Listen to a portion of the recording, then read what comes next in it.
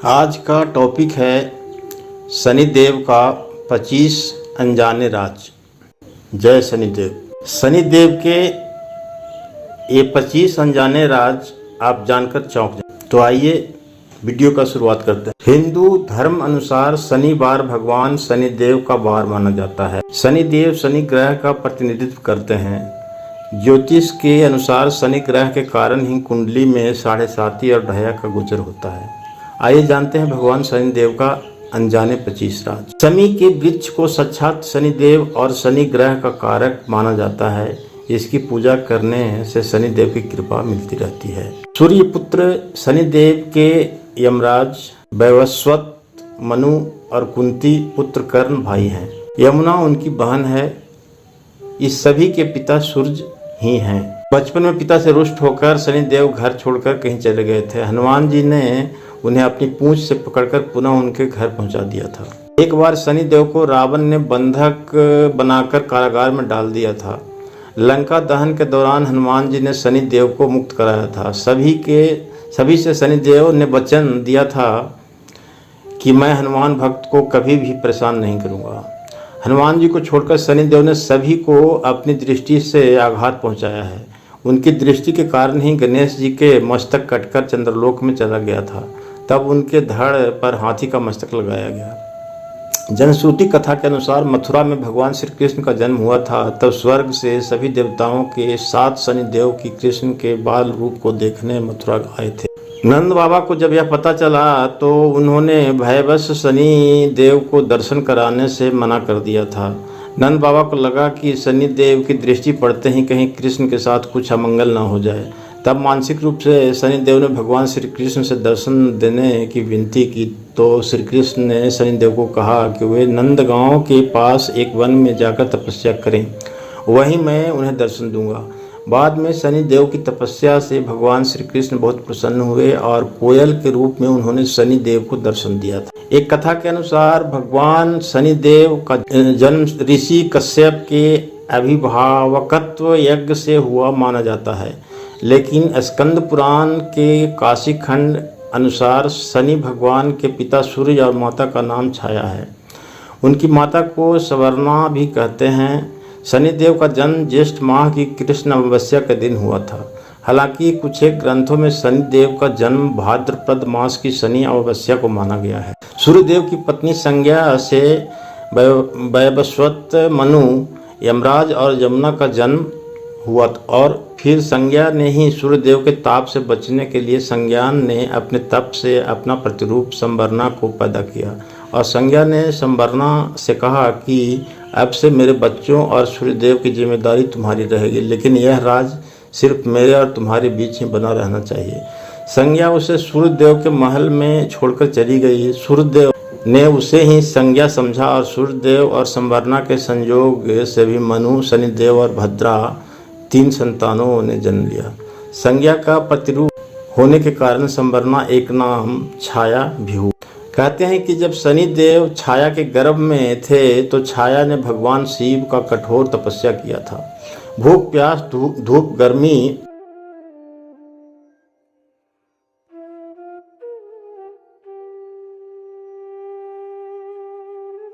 सहने के कारण उसका प्रभाव छाया के गर्भ में पल रही संतान यानी शनिदेव पर भी पड़ा। फिर जब शनिदेव का जन्म हुआ तो उनका रंग काला निकला। यह रंग देखकर सूर्यदेव को लगा कि यह तो मेरा पुत्र नहीं हो सकता। उन्होंने छाया पर संदेह करते हुए उन्हें अपमानित किया। माँ के तप की शक्ति शनिदेव में भी आ गई थी। उन्होंने क्रोधित होकर अपने पिता सूर्यदेव को देखा तो सूर्यदेव उनकी शक्ति से काले पड़ गए और उनको कुष्ठ रोग हो गया।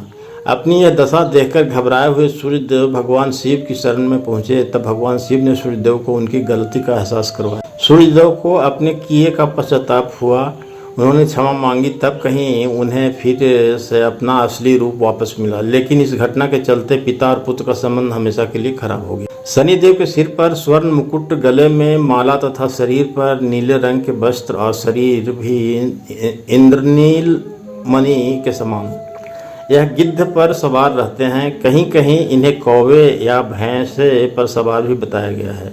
इनके हाथों में धनुष, बाण, त्रिशूल रहते हैं। इन्हें यम, अग्रज, छायात्मज, नीलकाय, क्रूर, कुशांग, कपिलाक्ष, अकय, सुवन, अति, असित, सौरी और पंगु इत्यादि नामों से जाना जाता है। ब्रह्म पुराण के अनुसार इनके पिता ने चित्ररथ की कन्या से इनका विवाह कर दिया था। इनकी पत्नी परम तेजस्विनी थी।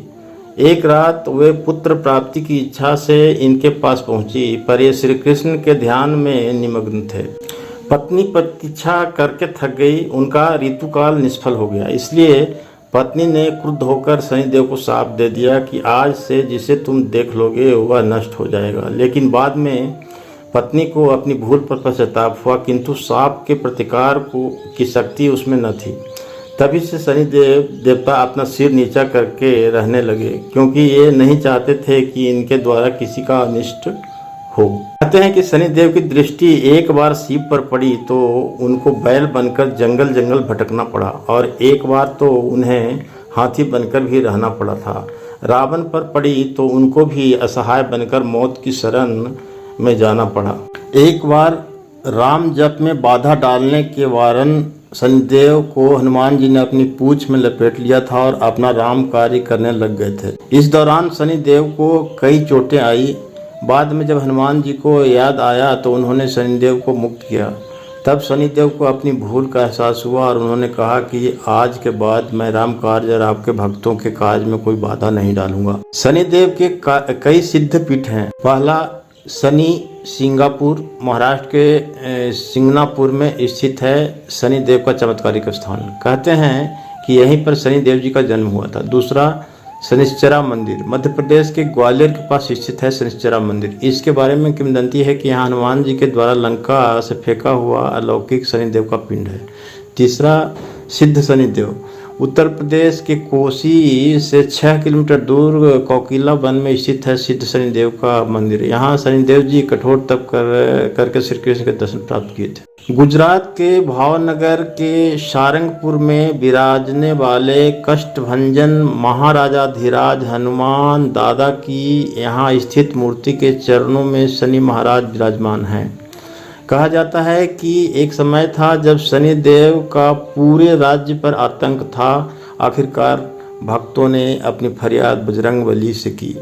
भक्तों की बातें सुनकर हनुमान जी शनिदेव को मारने के लिए उनके पीछे पड़ गए। अब शनिदेव के पास जान बचाने का आखिरी विकल्प बाकी था, सो उन्होंने स्त्री रूप धारण कर लिया, क्योंकि उन्हें पता था कि हनुमान जी बाल ब्रह्मचारी हैं और वे किसी स्त्री पर हाथ नहीं उठाएंगे।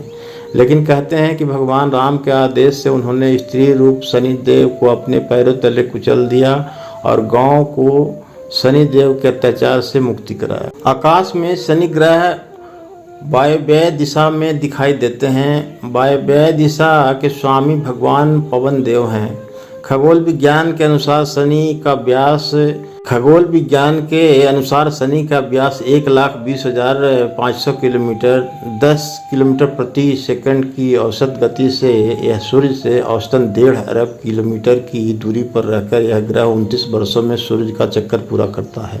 गुरु शक्ति पृथ्वी से 95 गुना अधिक और आकार में बृहस्पति के बाद इसी का नंबर आता है। माना जाता है कि अपनी धुरी पर घूमने में यह ग्रह 9 घंटे लगाता है। पुराण कहते हैं कि शनि को परम शक्ति परम पिता परमात्मा ने तीनों लोक का न्यायाधीश नियुक्त किया है। शनिदेव ब्रह्मा विष्णु और महेश को भी उनके किए की सजा देते हैं और ब्रह्मांड में स्थित तमाम अन्यों को भी शनि के कोप का शिकार होना पड़ता है। पुराण कहते हैं कि यदि कोई व्यक्ति किसी व्यक्ति के साथ किसी भी प्रकार का न्याय करता है तो वह शनि की वक्र दृष्टि से बच नहीं सकता। शराब पीने वाले, मांस खाने वाले, ब्याज लेने वाले, परिस्त्री के साथ व्यभिचार करने वाले और ताकत के बल पर किसी के साथ अन्याय करने वाले का शनिदेव 100 जन्मों तक पीछा करते हैं। ज्योतिषियों के अनुसार शनि मकर और कुंभ राशि के स्वामी हैं तथा इनकी महादशा 19 वर्ष की होती है।